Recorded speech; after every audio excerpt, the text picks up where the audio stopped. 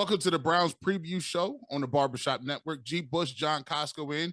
Had a nice we enjoyed ourselves last weekend. We didn't see too much in the game. We didn't get to see our starters. Didn't get to see too much.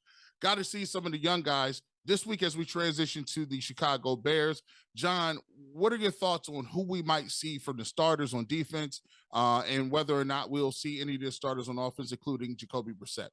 Yeah, if you look back at last year and how Kevin Stefanski handled the third preseason game, he had starters out there, except for like Myles Garrett, and he's probably the most important player on your defense. So you still had guys like John Johnson who played in that game.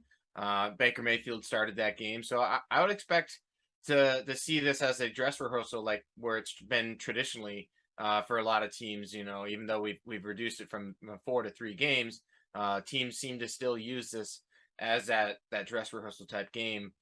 Maybe see a couple drives from your offense and make sure that it's clicking, and then you set in your backup. So I would anticipate seeing starters at this point. And maybe... I would have played him in the second game, but that's just me. But when you look at Jacoby Brissett, I think it's very relevant that Jacoby Brissett play. To me, if he was a top line starter and he was already a starter, he's proven himself in this league, I wouldn't have any problem sitting him the whole preseason if that's what you wanted to do. But it's just nerve-wracking to me, or I've seen a little squeamish about the fact that Amari Cooper, we have not seen him, have not seen Jacoby Brissett, and that's going to be the tag team combo that we're going to look to move the chains, especially in their passing game. And I just, for me, it's kind of crazy that he hasn't played. Maybe that's just Kevin Stefanski. Maybe he's seen what he needs to see. And I understand that sometimes you don't want to get guys injured. The Nick Harris injury, I think, kind of put a blanket on everything, and he's like, look, we just want to get to the regular season.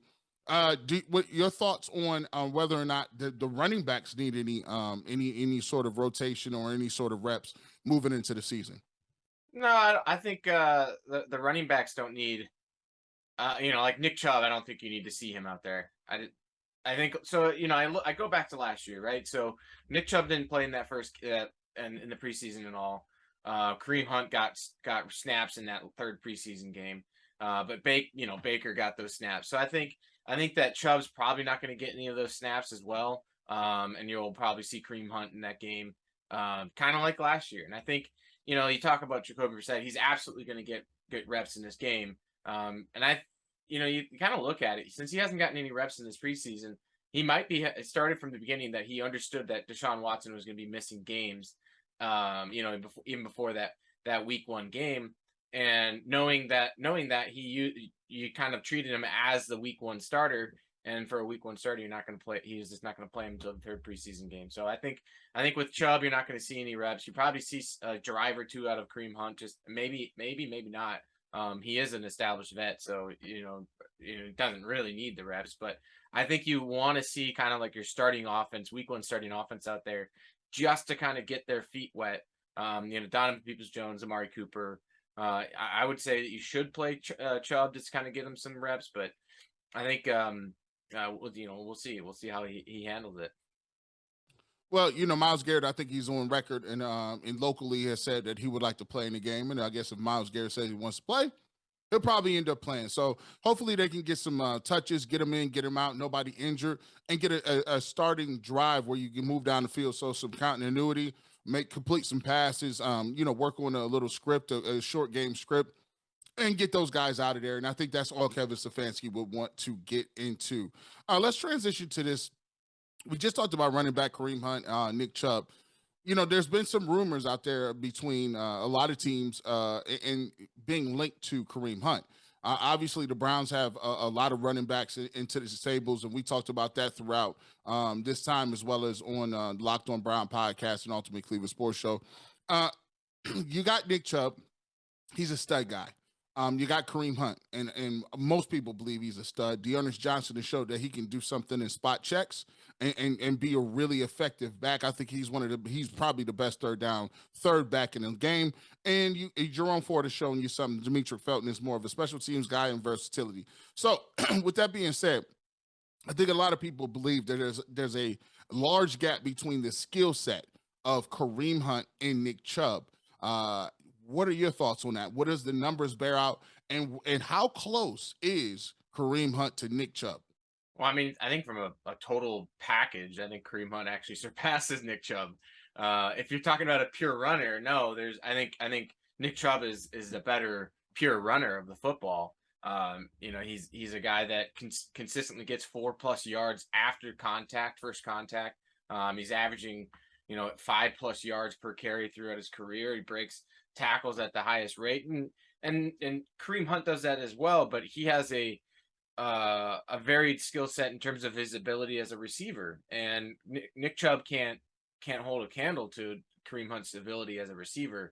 And you also look at what he can do in the pass protection game. He's really solid there as well. So Kareem Hunt's a do-it-all back that, if he didn't have Nick Chubb in front of him, he'd be a guy that would consistently get you 1,300-yard type seasons. Like he was a 2-time rushing champ with the Kansas City Chiefs in 3 years. So I think he's people probably underrate him and look at how effective the offense was with him when he was healthy last year and over the past 2 years. It's a really good combination that they have there. So I think for the Browns, he's in my opinion, he's their most valuable running back in on the team. So the numbers kind of bear that out. They grade out from a overall standpoint of roughly the same, but Kareem Hunt's ability as a receiver is what puts him over the edge in terms of wins that contribute to the team. Yeah, Kareem Hunt to me is the signature of the offense. Kareem Hunt is the most important person on the offense because he gives you a matchup that nobody else can really give you, right? He can catch the ball, he can block, he can catch the football, he can catch screens, he can run. He has a really great run style. He breaks tackles. He does a lot of things well. I just think it's incumbent of Coach Stefanski to get him on the field at all times. I know we want to get Nick Chubb to football, but you can do two things at once, right? You can walk and chew gum, and I think they need to exploit the fact that Kareem Hunt is a walking mismatch for safeties and linebackers. And I think a lot of people don't realize just how good Nick Chubb is Kareem Hunt is just because we have Nick Chubb. And I don't think either Freddie Kitchens nor Kevin Stefanski has done enough to exploit the playmaker that Kareem Hunt is. Coming back, we'll get into around the AFC North. I'm going to talk about the quarterback rooms. In the beginning of the season, we thought that the Pittsburgh Steelers had the worst room in the game. Then 11-game suspension happened for the Cleveland Browns. When I get back, I'll ask John, who would he rather have in the first 11, Pittsburgh or the Browns quarterback room? We'll come back and do it next on the Browns Preview Show on the Barbershop Network.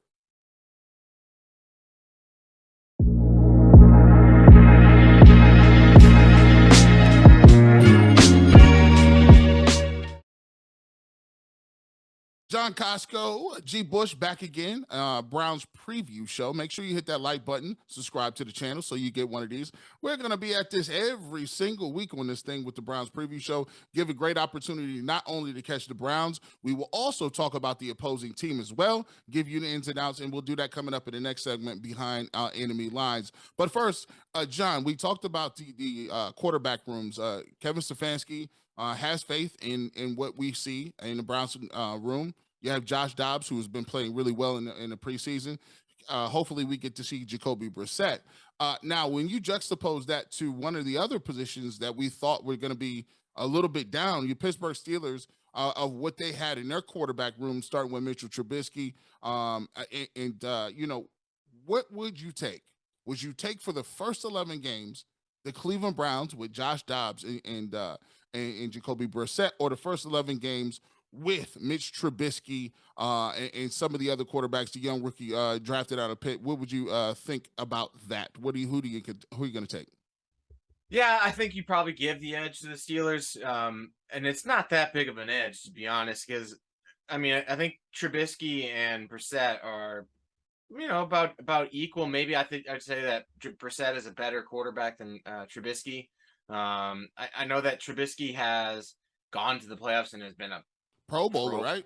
Pro Bowler quarterback, but he's never played as a Pro Bowler quarterback in his career. I think he's throughout his career, his grade is a 64.1. His best year was, I don't know, 71.2 as a the rookie. And it's just been in the low 60s ever since. So I don't think there's anything to write home that's hey, this guy is should be a Pro Bowl quarterback or whatever. He has something in the tank that maybe he has it, but it's just been untapped. And Nagy was the issue. No, I think Mr. Trubisky was the issue in Chicago. So I think with when it comes to those two guys, you compare them. I think Brissett's the better quarterback. He's shown better seasons, full seasons than Trubisky has. Now the question for Kenny Pickett, or Pickett. And don't they have Mason Rudolph ahead of Pickett right now?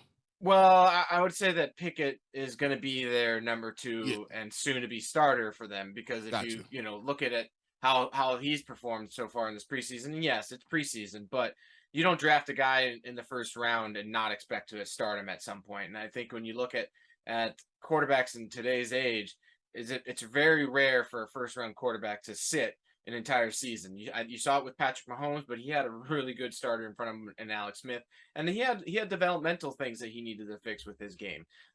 You saw it last year with Trey Lance, but you're talking about a guy that's trying to go from the FCS division into the NFL. There's a massive development that's needed there, and he quote unquote sat out the entire 2020 season, mainly because of COVID. So he didn't have a season to be able to play and get more experience under his belt. So they needed to get that guy in there and get him to sit behind Jimmy Garoppolo, who obviously took him to the NFC Championship game, which is a feat in itself. So I think you don't have a Jimmy Garoppolo or an Alex Smith that's in front of Kenny Pickett. So I think Pickett's going to eventually be the starter pretty quickly, because I think you're going to find out that Trubisky just can't cut it and for them, and he's going to be losing them games. And when he starts the season potentially 0-3, I think your fans are going to be clamoring for that first round pick to go back out there. Yeah, it always seems to happen like that.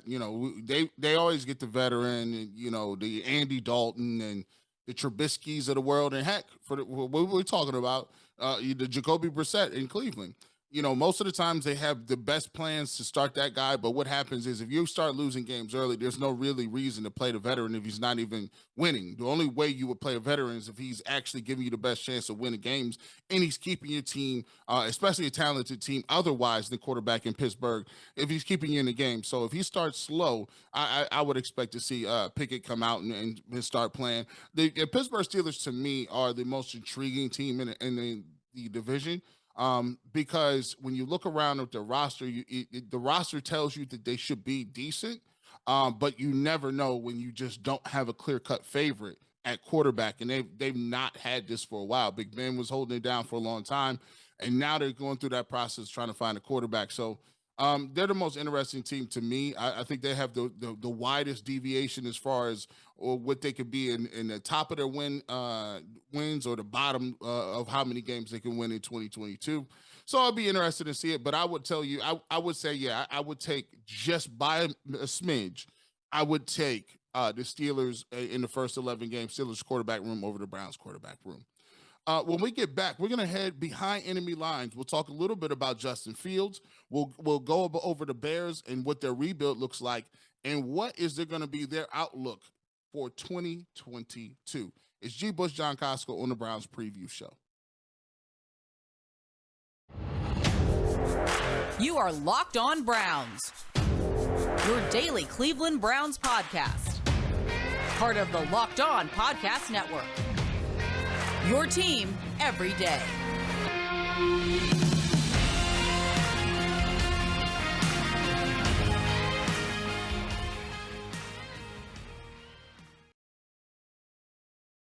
Welcome back to the Browns Preview Show. G. Bush, John Kosko in the building. Let's get to it. Let's get to the Bears. We'll go behind enemy lines to talk about the Bears. We've seen a lot of Justin Fields in this area in Ohio. Watched them for 2 years with the Ohio State Buckeyes. Some of the great receivers they had come through there.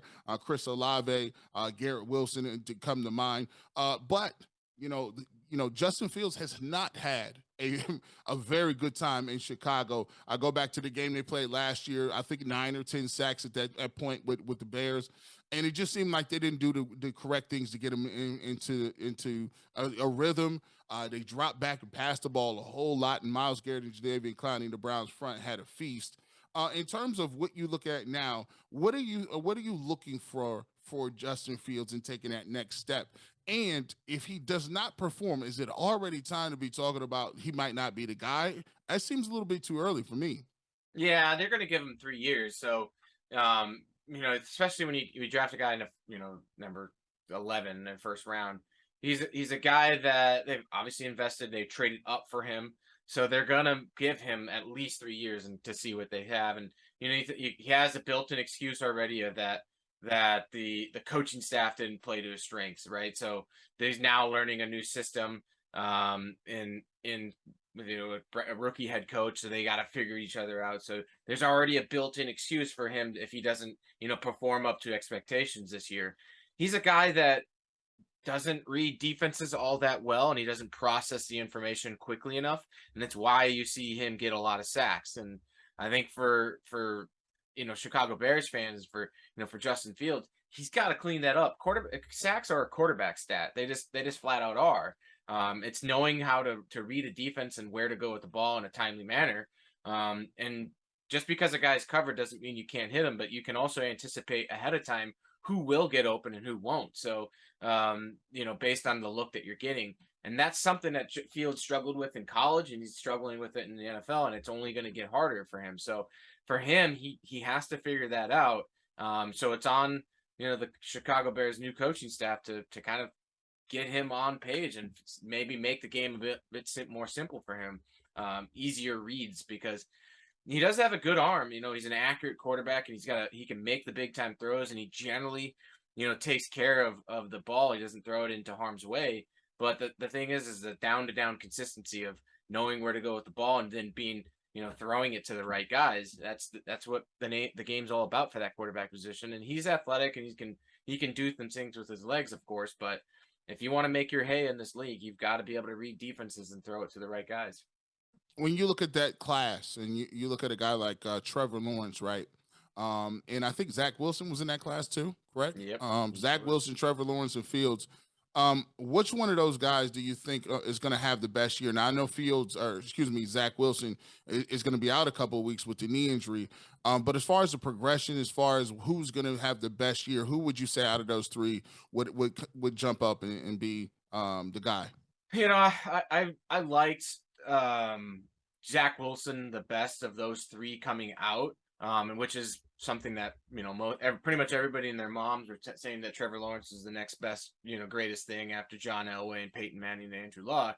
And I thought he was a really good quarterback prospect, but I was down on him more than pretty much everybody. I think he's a really good quarterback, that he can be a really good quarterback in the NFL, but I didn't think he was a slam dunk type guy. Zach Wilson, I think, has probably the biggest upside of them, just because of he's got a big arm, and he was at a system that he threw it in rhythm, and it wasn't playing with like studs around him. He wasn't protected by a system that had just churned out NFL talent like these other guys have. So I think for Zach Wilson, maybe I'm still basing it too much on my priors. He did have a really bad year last year, and so did Fields, and so did Lawrence, but I kind of am basing it off of those priors of my pre-draft evaluation type. And we did see it in preseason last year from Zach Wilson, where it looked really good. Like, it looked like he was throwing in rhythm. He knew where he was going with the ball, but once the regular season came in, it was just a completely different game for him. So I think the game needs to slow down for him. It would have been better to see him in the preseason this year. But I think I still have hope for him. But if you were to tell me, rank him, it'd be Wilson, and then Trevor, and then Fields. I think Trevor can have a really solid year this year. He's becomes more of an average to above average type quarterback, versus bottom 5, 6 type quarterback, which he was last year. What could help Justin Fields is a great defense and a solid defense that can stay off the field, get turnovers, and get the ball back to help the offense. One of those guys on the other side of the line is Roquan Smith, linebacker. He reported to camp and he got in there. He was a little upset, didn't get the contract that he wanted. You look at his contract, he wants big time money. Obviously, linebackers, like running backs, really truly don't get the big time money. And teams like the Cleveland Browns don't really value top 5, top 10, donating or putting that much money on the linebacker position. But Roquan Smith is one of the better linebackers in the league. He played a really great game against the Browns. What are your thoughts on him? Where does he rank? And what type of money can he demand on the market if he wants to hit the market and get a big payday? I don't know. He graded at a 47.8 last year. In my opinion, he hasn't shown anything yet to like be demanding this type of stuff. I think is it because he gets a bunch of tackles? Is that what it is? Maybe. I don't. So like that's one thing I don't do, and I need to do more often is actually look at the raw like tackle stats and stuff like that, and maybe that's why it gets inflated in public perception. And the fact that he's also a first round pick, a top 10 pick. Yeah. If you get tackles and you're a top 10 pick, I think people kind of associate that as like, oh, okay, he's nice. He's good. He is good actually.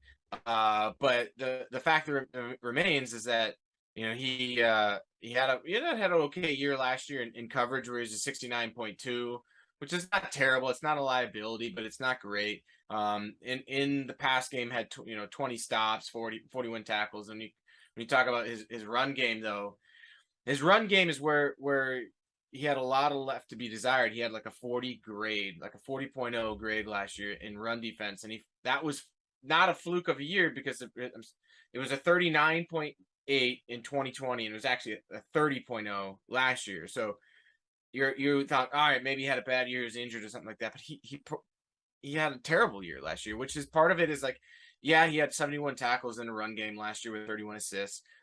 He only missed 7 tackles in a run game, which is, over the course of the season is not that many. Yeah. But the problem for him is that he gets a negative grade on almost a quarter of his plays. So every 4 run, 1 out of every 4 run plays, he's getting a negative grade. Either he's, like I said, missing a tackle, which only 7 times in the run game, but not fitting the right gap or getting blocked out of his gap that he's filling. I mean, I think for him, he's got to be a lot better at the point of attack in a run game, and then to be able to match it up with, he's solid in coverage, I'd say. But when it comes to the run game, you just run it down his throat, and he's not going to be able to stop you. He had, against the Browns, his grade was a 27.8 in run defense. Obviously that's not good. And you talk about when Browns had one of the best offensive lines in football, which actually obviously has a factor in that, but he had 1, 2, 3, 4, had 8 games below a grade of 45, which is, you can't make money in the NFL that way. And I think the Bears if they hold out and let him do what he wants, then they're at the plus side of things here. Well, that's why we have John Kosko on. We can, we take stats over names. Sometimes your name is bigger than your play, so we got to dig inside your numbers and check it out. And that's what we do here over the Browns preview show. So let's go ahead and get to our X factors of the game. This game you might get to see some more of your name brand recognition guys, the guys that you want to see, first team guys. So with that being said, who are you going to look at offensively for the Cleveland Browns in this game? So I'm going to assume what I said earlier is correct, that he's going to start Jacoby Brissett and get the starters out there for week 1. And so on offense, I'm really going to be looking at that Jacoby Brissett to Amari Cooper connection, because if that can't get connected and that can't get moving and be efficient, it's going to be a long first 11 games for the Cleveland Browns, this season. So to me, it's going to be all about that and how Jacoby Brissett can, operate the offense and get it to his number 1 playmaker. And in this week, this guy is if we're going to play offensive guys, I'd like to see more of David Njoku. I mean, he was the guy that got all the money. He got the bag of money, and we're sitting here talking about Kareem Hunt being probably the most important, but if you got Amari Cooper, the Browns signed David Njoku because they feel like he should be the second leading target. He's a guy that they want to get the football to, especially in the red zone.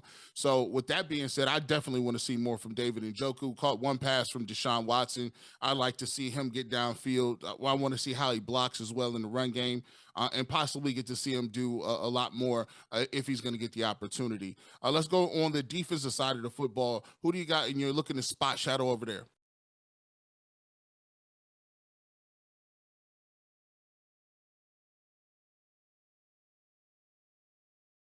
are going to be communicating in the back end. Last year, you saw it in the first, several games of the season. All the new pieces really struggled to kind of mesh together, and you saw a lot of busts that happened, big plays that would happen. So I want to see that. Hey, making sure that some the communication's on point. You don't have any miscommunications. You don't have any busts in the secondary. These guys know exactly where they're supposed to be and what they're running. So that's for me what the biggest thing, because I mean it's a preseason game. If you make a mental mistake, you shouldn't be making. But if you're going all 100%, you're in the place you're supposed to be, and you miss a play or you miss a tackle or you miss the breakup on the ball or something like that, it happens. Like it's going to be like that, and your grade might suffer from that. But the main thing for me is communication and being in the right place at the right time. You know what I'm gonna say? I want to see. I want to see Greg Newsome, right? I want to see Newsome. They talked about him playing in the slot more. I want to see if he gets an opportunity to do that. In this game, just to see what it looks like. I'm not worried about his ball skills. Not worried about if he can keep up in there. I just want to see what it looks like, whether or not. And then also, Denzel Ward, he's raised his hand. I want to play the slot some too. I don't. We'll figure out if that works, but. I'll say Greg Newsome. I want to see him, run and trail receivers and do what he needs to do there. Because I think, like you said, I think the strength of the defense is the secondary. And I didn't think I would say that given the fact that you got Clowney and Myles Garrett, but the defensive tackles leave a lot to be desired, and I think they're just going to have some warm bodies up there all year at defensive tackle. So, by the way, I think I'm going to go ahead with the secondary. So we'll see what Greg Newsome does. We're not going to do any predictions, right? I mean, we can't do predictions for a preseason game. So what we will do is say, all right, well, who's going to look better, the offense or defense in this game if the starters do play? I would say that the offense is going to look better. Really? Okay. Because you're not going to get all the starters that are on defense. Like Myles Garrett's not playing, Jadeveon Clowney's not playing.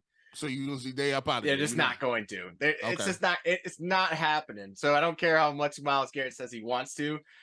Kevin Stefanski's gonna be like, nah, man, you sit down. We need you for the season. We don't care about this game. I know you can ball out there. So I think you want to see, from his perspective, he's going to want to see like the younger guys to be able to rotate in. But I think the offense is going to look good. I think you're going to get your full starters out there. Obviously, the center position is going to be, Posick. So.